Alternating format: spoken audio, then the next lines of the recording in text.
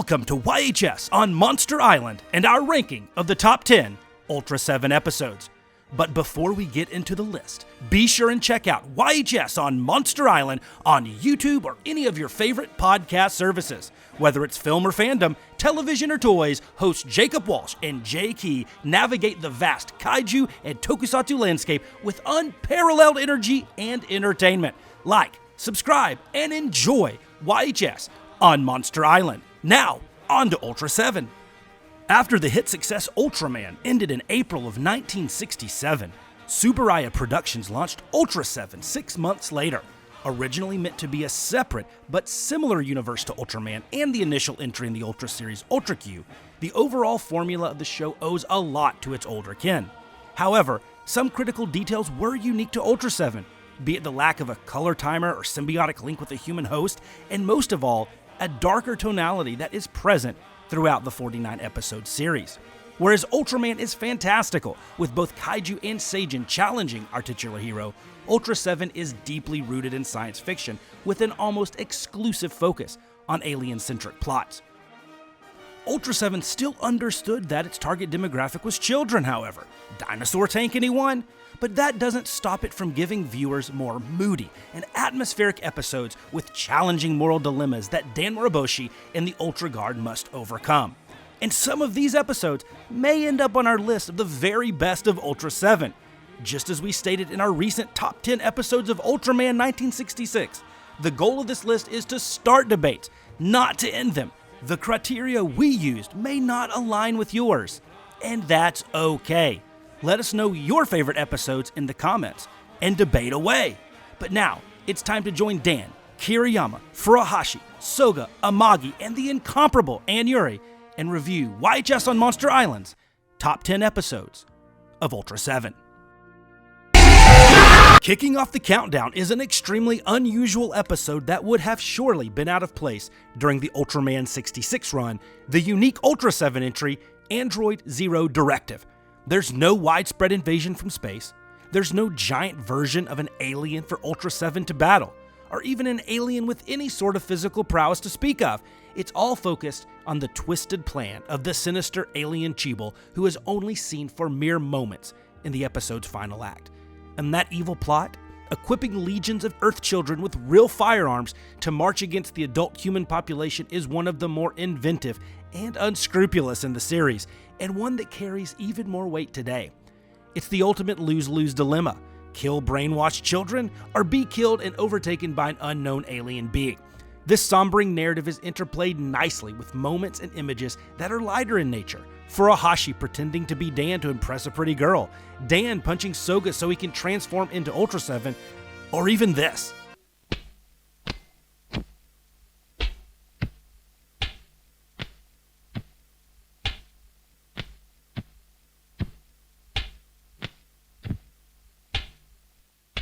The lead antagonist is more silly than imposing in its design, and it's this delicate balance of conflicting themes coupled with a memorable plot, some expertly shot scenes, and an appearance by Destroy All Monsters Yukiko Kobayashi that land Android Zero Directive on this top 10 list.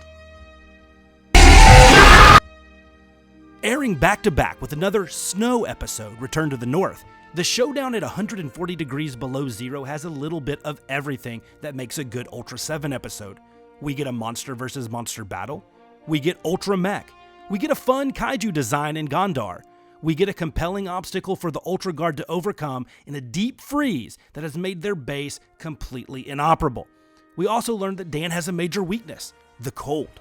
But all of these elements pale in comparison to the stars of the show, Alien Pull. To say these particular seijin are unique is an understatement. Looking like spastic paper marionettes, these mini aliens stand out even amongst a roster brimming with wacky invaders. But it's not all about the wacky appearance and funny voice and a laugh for the ages. They do have some depth. For one, they are responsible for Earth's ice ages. Also, despite its servant beast being decapitated by Ultraseven, they seem content with exposing an Ultraseven weakness. They understand the long game, so despite a two-dimensional look, they are anything but. And decades later, they found new life as the Hot Dog Men. We interrupt this transmission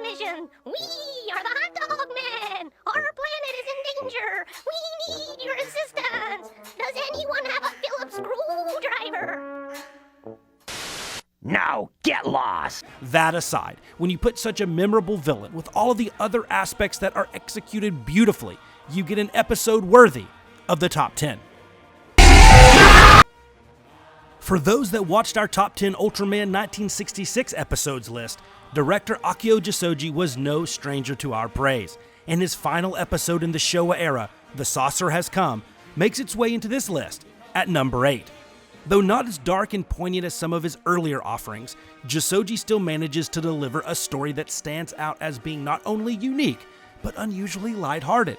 Instead of the Ultra Guard or someone directly connected to the Ultra Guard, the focus is on Saburo Fukushin, an average Japanese citizen in a small village that is unhappy with his mundane life. He retreats each night to his telescope in dreaming of living amongst the stars. After seeing a fleet of flying saucers, he alerts the Ultra Guard, but his warning is seemingly debunked by experts. This continues as Jisoji masterfully reimagines the Boy Who Cried Wolf parable through the lens of Tokusatsu. The interplay of Fukushin with alien paralinga disguised as a child adds to the intrigue of the plot, and the overall presentation is capped by a jaunty classical score and quasi-psychedelic artistic portrayal of a battle in space between Ultraseven and a giant flying form of alien paralinga. Since we love rooting for the underdog and challenging the notion that experts are always right, The Saucer Has comes in at number 8. Yes, this aired in 2 parts, but to us, it's a single episode. And spoiler, it won't be the last 2-parter on the list. As a viewer, you know you are in for a real treat when the opening sequence is essentially a scouting report on Ultraseven from Alien Guts. And the formidable opposition from Alien Guts is really the foundation of why this episode is so strong. Not only do they send another kaiju to get slaughtered so they can collect data on Ultraseven's weaknesses, which is genius, it was also refreshing to see an alien try and lure Ultraseven out instead of fearing their rival. Adding to their credibility, they actually killed Capsule Monster Wyndham. Now that is big time for a baddie. Now they can also drive cars and capture people in silly wheel contraptions, but most notably, they can render Ultraseven immobile in a slick, floating cross chamber. This isn't the last time we're going to see that imagery in the Ultra series. And in their giant form, they were never actually defeated by Ultraseven. It was the Eye Slugger Ultranaut Tactics attack on their spacecraft that ended the Guts' chance at conquering Earth. The only downside of this grand entry into the series are some convenient plot elements around magnesium energy being derived from a special African rock that was just gifted to Furuhashi. Oh, and whatever this is. But overall, the 7 Assassination plan gets the coveted number 7 spot in our list.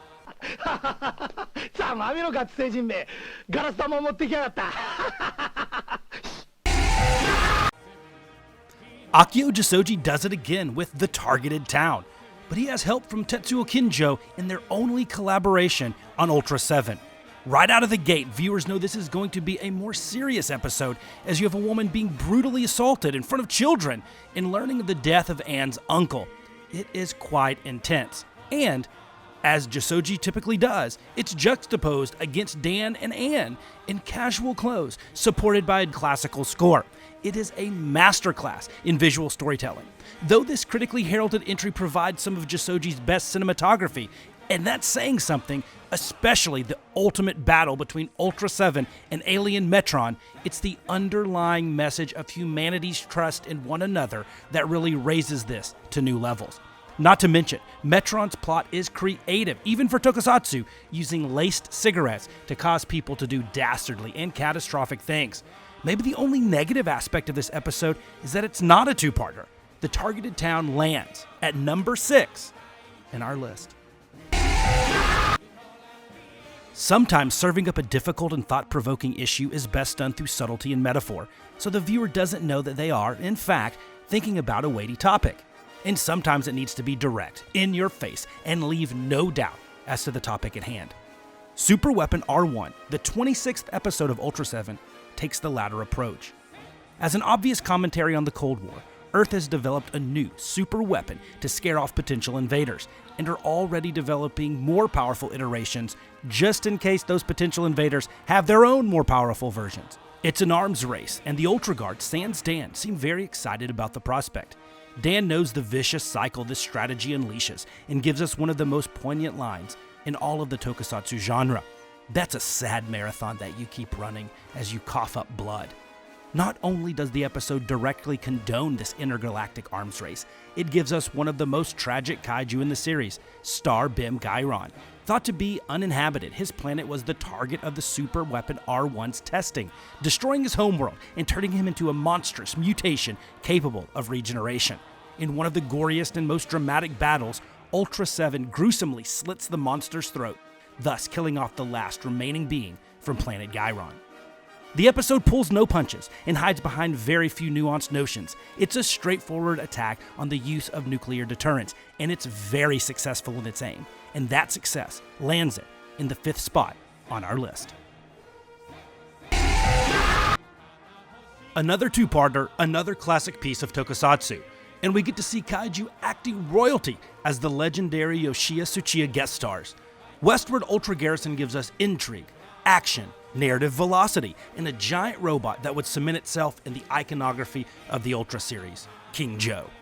And even if the story was stale, this episode would likely challenge for a top spot based on its fun action sequences and memorable mecha boss. But luckily for us viewers, the storyline is anything but stale. When an exploratory rocket accidentally enters alien Paydon space and is misconstrued as an act of war, it catapults us into a secret war of shady alien spies, assassinations, and misdirection between the Ultra Guard and the would-be alien invaders. But as it is with all great antagonists, the more you understand their point of view, the more effective the character. And you do here, in a big way, and you immediately ask yourself, what would Earth have done in the same universe if an alien rocket would have crashed in Japan? But once the conflict begins, the nations of Earth work together, showcasing an optimistic view of global unity. But this theme doesn't lessen the suspense, seeing Dan not only struggle with King Joe in his battle with Ultraseven, but also his internal struggle after being double-crossed by alien Paydon is a nice touch to show that our hero isn't free from the potential error in judgment. All of this culminates into a must-watch episode, an episode that is good enough for the number 4 spot on our list. Considered by many fans to be the greatest episode in the entire Ultra series, specifically episode 49, the greatest invasion in history is a series finale like no other. Though it doesn't top our list, there is no denying its impact on the show and the genre. The title is quite accurate, as we see possibly the most successful alien invasion to date, with many of the world's major cities getting destroyed by alien Gosei's underground missiles. However, the alien invaders themselves are merely a mechanism to move the plot along, and its narrative is dominated by Dan's struggle as he nears his end on Earth. And the performance by Koji Moritsugu is stunning, in fact, giving the titular hero the opportunity to struggle and fail as he battles against time and physical limitations is what separates Dan from his series predecessor, Shin Hayata. The dimension given to Dan adds a layer of relatability and humanism, and endears him to the viewers in a deeper, more meaningful way.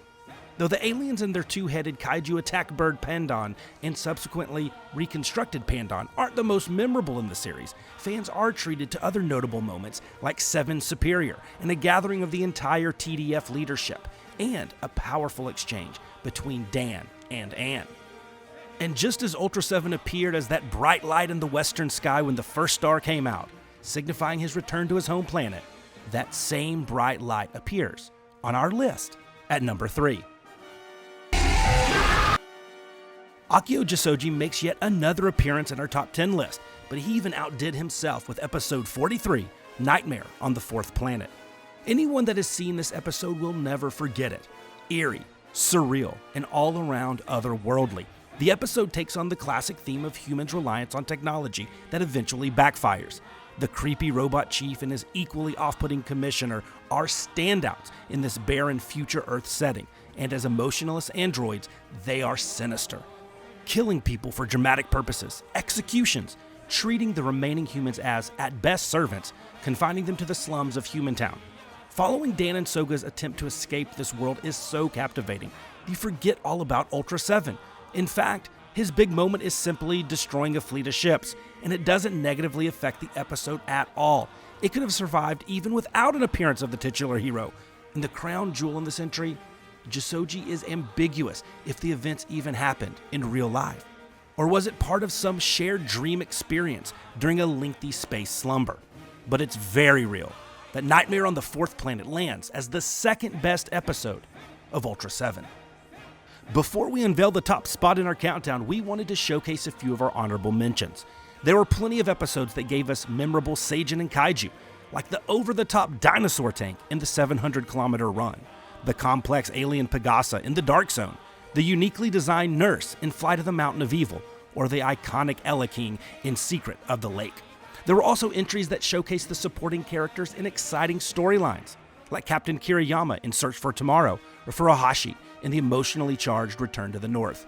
The series also dared to present unique styles and tones with the Twilight Zone-esque Who Are You and the Fantastic Voyage-inspired The Devil Who Dwells in a Flower.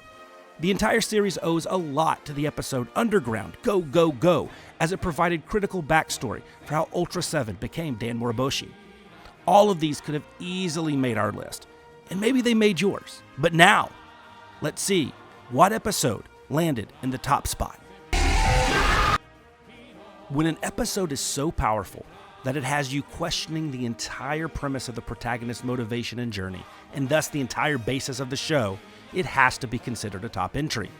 And in the case of the Ambassador of the Non-Malt, we consider it the best episode of Ultraseven. This hard-hitting installment introduces us to the Non-Malt, a race of beings that predated Earth's current land-based occupants, and were eventually driven to live on the seafloor by humans. These details are all communicated to the viewer through a young human boy that has a unique connection to the Non-Malt. Where the episode is exceedingly compelling is how it adds further depth to each of the elements of the story. We find out that the boy messenger was actually a human that supposedly died in the water a few years back. So was this the actual boy, having been saved by the Non-Malt, or an expression of his soul projected by the Non-Malt themselves? The incursion into Non-Malt territory occurred under the umbrella of genuine scientific exploration, not an overtly evil premise. Even the word Non-Malt was expanded on as Dan internally revealed that it's the word for human on his homeworld. But the episode also provides plenty of action, with Ultraseven and the Ultra Guard having to do battle with the Non-Malt's two strongest weapons, a stolen British submarine warship and the tentacled beast Gyros. There's also a great cameo by Masanari Nihei, who played Ide in 1966 Ultraman. But the scene that solidifies this episode as the best of the series and leaves us with more questions than answers is when Kiriyama and the Ultra Guard destroy the Non-Malt undersea city, effectively wiping the entire race from existence. We as viewers don't know if this was the right thing to do or not. It was if the Non-Malt were really alien invaders, setting up shop underneath the waves with a fabricated backstory. But what if it was just an egregious act of genocide on a race that has an even stronger claim to the planet than the humans? Does that make the Ultra Guard and Ultraseven the real antagonists? This poignancy and intensity are the two driving forces that make the Ambassador of the Non-Malt our #1 episode in Ultraseven. And that's our list. Do you agree? Disagree? Do you absolutely hate it? Or did you find yourself aligning with our picks more than you thought you would? Well, let us know in the comments. And of course, check us out on YHS on Monster Island on YouTube or wherever you get your podcasts. And as always, thank you so much for listening.